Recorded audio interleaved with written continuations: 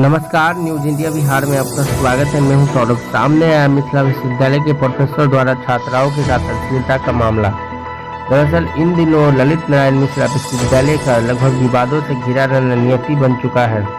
अभी आया मामला तो गुरु की गरिमा को कलंकित करने वाला है। जिस गुरु को लोग ईश्वर से पहले स्थान देते हैं, उनकी हरकत ने गुरु और शिष्य के रिश्ते को कलंकित कर दिया। दरअसल इन दिनों हिंदी विभाग की सहायक प्रोफेसर डॉक्टर अखिलेश कुमार द्वारा की गई अश्लीलता पूरे विश्वविद्यालय में चर्चा का केंद्र बना हुआ है। छात्राओं की शिकायत के बाद हिंदी विभाग के अध्यक्ष डॉक्टर राजेंद्र शाह ने इन संबंध में कुलपति को पत्र लिखकर इसकी शिकायत की। बताया जाता है कि उप सहायक प्रोफेसर डॉक्टर अखिलेश कुमार छात्राओं को अश्लील मैसेज करते थे, उन्हें रात में कॉल करके अश्लील बातें करते थे, अपनी अर्धनंगी तस्वीर भी भेजते थे। छात्राओं ने उन पर आरोप लगाया कि उन्हें नोट्स के बहाने घर पर भी जाने को कहते थे, मना करने पर अपने रसूख के बाद रिजल्ट खराब करने की धमकी देते थे। एक छात्रा ने अपने चैट का स्क्रीनशॉट और रिकॉर्डिंग भी शिकायत के साथ दी है। जब उनका नंबर ब्लॉक किया गया तो दूसरे नंबर से कॉल करके परेशान करते थे। छात्राओं ने उन पर उनके साथ किए गए मानसिक प्रताड़ना का भी आरोप लगाया है।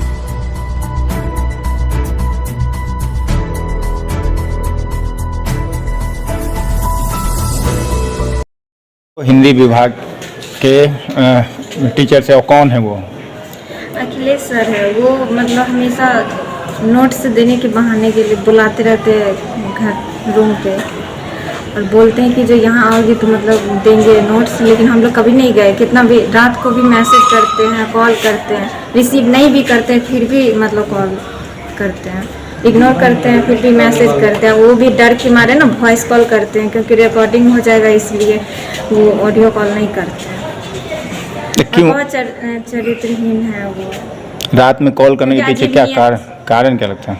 कारण कुछ नहीं, बस यही मतलब करेगा तो मतलब पहले करते हैं वो कॉल पढ़ाई के लिए संबंधित, लेकिन बात फिर कुछ और, जो हम ऐसे हैं ये है वो है, फिर कुछ और टॉपिक पे चले जाता है और अपने तारीफ बस ये करते हैं बहुत ज़्यादा। क्या बताते हैं? यही बताते हैं कि जो हम इतना लोकप्रिय हैं, हमको वो पसंद करता है, हमको ये यही सब, और क्या बोलेंगे। तो आपको उनके चरित्र पे भी सवाल उठा रही है, क्या उनके नियत पे कोई शक लगता है क्या? जी, नियत पे है, तभी तो वो यहाँ पर भी तो नोट्स दे सकते थे ना क्लास में। वो वहाँ रूम पे क्यों बुलाते हैं?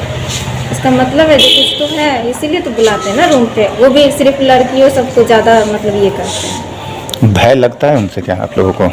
नहीं, क्यों भय लगेगा, क्योंकि अब हम लोग समझ गए हैं कि जो वैसे हैं। पहले पता नहीं था कि जो उनका नेचर ऐसा है, अब पता चल गया है। तो आप लोगों ने शिकायत भी की है इसकी या फिर कुछ नहीं की है? ये है ना शिकायत। कहाँ की है इसको? VC के पास, यहाँ पर भी डिपार्टमेंट में भी हुआ है, लेकिन अभी कोई मतलब ये नहीं कार्रवाई नहीं हुआ है। चाहते क्या आप लोग? हम लोग चाहते हैं कि जो कार्रवाई हो, सर उनको मतलब यहाँ से निकाला जाए। लगता है वो उनके कारण ही बदनामी भी हो रही है विश्वविद्यालय के छात्रों में से। जी। डर भी लगता है इनसे? डर नहीं लगता है तो फिर एक लड़की में जब उस तरह का उनका नेचर है तो एक अजीब तरह का डर भी तो सताता होगा मन में, क्लास आने का मन नहीं करता है, क्या लगता है? बहुत लड़की तो क्लास छोड़ दी, लेकिन मैं मतलब मुझे खुद वो कॉल करता है, मुझे भी किया कितना बार। मैं इग्नोर करती रहती हूँ फिर भी वो कॉल करता है, वो भी वॉइस कॉल। मैं स्टेटस कुछ भी लगाती हूँ तो इमोजी भेजता है, स्माइल का ये सब भेजते रहता है। और फिर मैं सोचती हूँ अगर कुछ ऐसा तो यहाँ पर भी तो बोल सकते हैं, लेकिन यहाँ पे कुछ नहीं बोलता, लेकिन जब घर जाने के बाद फिर वहाँ पे कुछ भी प्रोफेसर है डॉक्टर अखिलेश कुमार, वो मुझे मानसिक तौर पे भी प्रताड़ित करते हैं। उससे पहले भी सर को हम लिखित दे चुके हैं, कोई कार्रवाई उन पर अभी तक नहीं हुआ है, और फिर उससे गाली गलौज करते हैं। दिन आए दिन वो मुझे प्रताड़ित करते हैं। सर जो कि सर वो हमको बोलते हैं कि तुम किसी टीचर के खिलाफ लिख के दो। अगर कोई मित्र मेरा जो क्लास में पढ़ते हैं उनको रूम पे बुलाते हैं, लड़कियाँ को, हम अगर उनको मुझसे पूछते हैं आप रेगुलर क्लास जाते हैं तो आप बताइए, तो उनको रोकते हैं, मुझे सीधा धमकी देते हैं। जी सर। और हमको सर रात्रि 28 तारीख की 11 बजे कॉल करके मैं ये बहने वो सर गरियाया, और जब विभागाध्यक्ष को हम उससे पहले भी कंप्लेन कर दिए, लेकिन अभी तक कोई कार्रवाई नहीं हुई है। उनके खिलाफ मौखिक तौर पे भी और लिखित तौर पे भी कुलपति महोदय को मैंने दिया, लेकिन अभी तक कोई कार्रवाई नहीं हुआ। क्यों कार्रवाई नहीं हो पा रही उनके खिलाफ? सर कार्रवाई इसीलिए, जी सर बिल्कुल सर, वो बोलते हैं कि जो राज्यपाल है श्री फागू चौहान जी, उनका वो मेरा रिश्तेदार है, तुम कितना भी पावर लगा लो तुमसे कुछ नहीं होगा। और सीधा धमका दो, विभाग अध्यक्ष जब कुछ नहीं कर पा रहे तुम क्या कर पाओगे? क्यों विभाग अध्यक्ष इसके पहले भी कार्रवाई की है क्या? जी सर बिल्कुल सर। क्या था पहले से भी आचरण कर? जी सर बिल्कुल सर, आप 1-1.5 साल पहले भी 6 महीना पीछे भी जाइए, आप उनका जो विभागाध्यक्ष लिख के दिए थे, उनके मीटिंग हुआ था 5-6 विभाग में ही, लेकिन विभागाध्यक्ष सर का भी बात वो नहीं मानते हैं। वो सीधा बोलते हैं, फोन भी करते तो नहीं आते हैं। उस दिन हम लोग आए थे, नहीं आए। उस दिन सर मैं बहुत बचा, मेरा जो बागमती छात्रावास के जो मेरा सीनियर सब है उन्होंने मुझे बचाया, लेकिन वो किसी का बात नहीं मानते। चाहते क्या है सर? हम चाहते हैं कि उनको जल्द से जल्द यहाँ से हटाया जाए, ताकि आने वाला भविष्य में इस तरह से। जी सर, और सर मुझे बोला गया है कि तुम अगर मेरे खिलाफ बोलोगे तो तुमको कोई नहीं बख्शेगा। आपने शिकायत दर्ज कराई है इसकी? जी सर। कहाँ कराई? सर मैंने कुलपति महोदय के पास भी और विभागाध्यक्ष के पास भी शिकायत दी, लिखित और मौखिक दोनों तौर पे। जी सर। जो छात्र छात्राएं उनके व्यवहार आचरण से दहशत में हैं, आतंकित हैं, भयभीत हैं, बड़ी बड़ी बातें करते हैं और आए दिन ये की बात नहीं है, बल्कि हम समझते हैं कि लगभग 5-6 महीने से इससे ज़्यादा। तो उनको कई बार हम लोगों ने बैठक करके विभागीय स्तर पर, है ना, विभागीय स्तर पर बैठक करके उन्हें समझाने का प्रयत्न किया कि आप अपने व्यवहार में या इसमें कुछ परिवर्तन लाइए, लेकिन इस सब के बावजूद कोई असर दिखता नहीं है, क्योंकि कोई बदलाव उनके व्यवहार में नहीं है। अंत में हमने लिखित दिया कि कोई समस्या होती है तो अंततः हमसे ही पूछा जाएगा। इसलिए माननीय कुलपति महोदय को मैंने इस संदर्भ में एक पत्र दिया था, 1 या 2 बार दिया होगा। तो यही है मुख्य बात। अब हमारी अपनी सीमा है, हम जो कर सकते हैं हमने किया, क्योंकि हर व्यक्ति सीमाओं से बंधा हुआ है, बस यही। और अब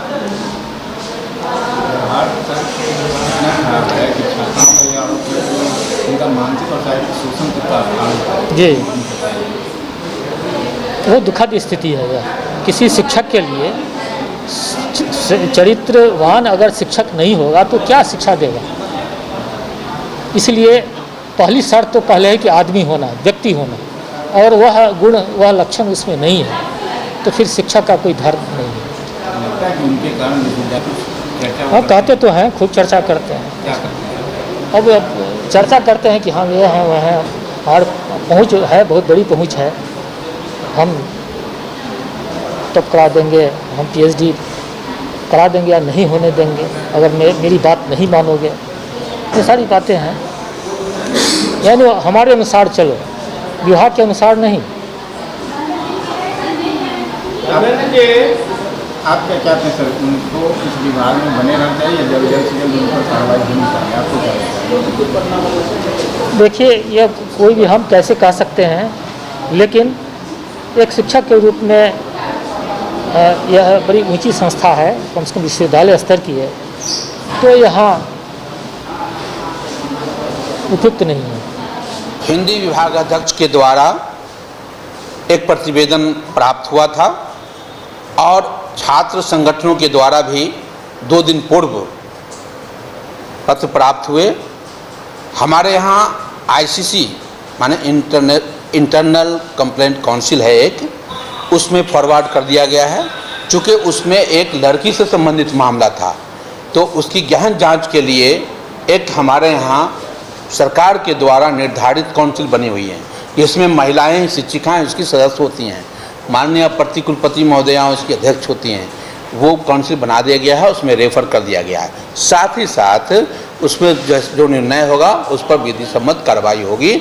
और विभाग अध्यक्ष महोदय को हम लोगों ने निर्देशित किया है कि वस्तु आपने एक जानकारी दी है, वस्तु स्थिति माननीय कुलपति महोदय को जैसे जानकारी मिली और छात्र छात्राएं आके मिले, इमीडिएट वहाँ के सभी शिक्षकों को उन्होंने बुलाया, वस्तुस्थिति की जानकारी ली और किसी पर कोई आरोप लगाया गया है जब तक सिद्ध नहीं होता है उस वक्त तक कोई कार्रवाई नहीं की जा सकती।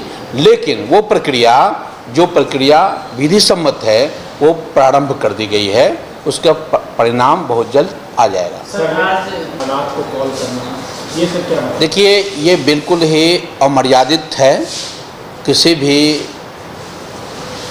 छात्र छात्राओं को इस तरह की तस्वीर भेजना, शैक्षणिक संस्थान में काम करने वाले चाहे वो शिक्षक हो या कर्मी हो, वो स्वीकार नहीं है। उसकी गहन जांच की जा रही है। चूँकि आप जानते हैं कि जब कोई आरोप किसी पर लगाया गया है तो उसके कई कारण हो सकते हैं। तो हम लोगों ने, चूँकि हमारे यहाँ पहले से इस तरह की जहाँ छात्राओं का नाम आ जाता है इस तरह में, उसके लिए कमेटी बनी हुई है जो वैधानिक कमेटी है, जो रिकमेंडेशन कर देगी उसकी नौकरी। उसमें ऐसा उनको इख्तियार दिया गया है कि किसी को सेवा मुक्त किया भी जा सकता है। तो इसीलिए वो उस कमेटी को रेफर हो गया है, वो जांच रिपोर्ट आ जाएगी, उस पर कार्रवाई होगी।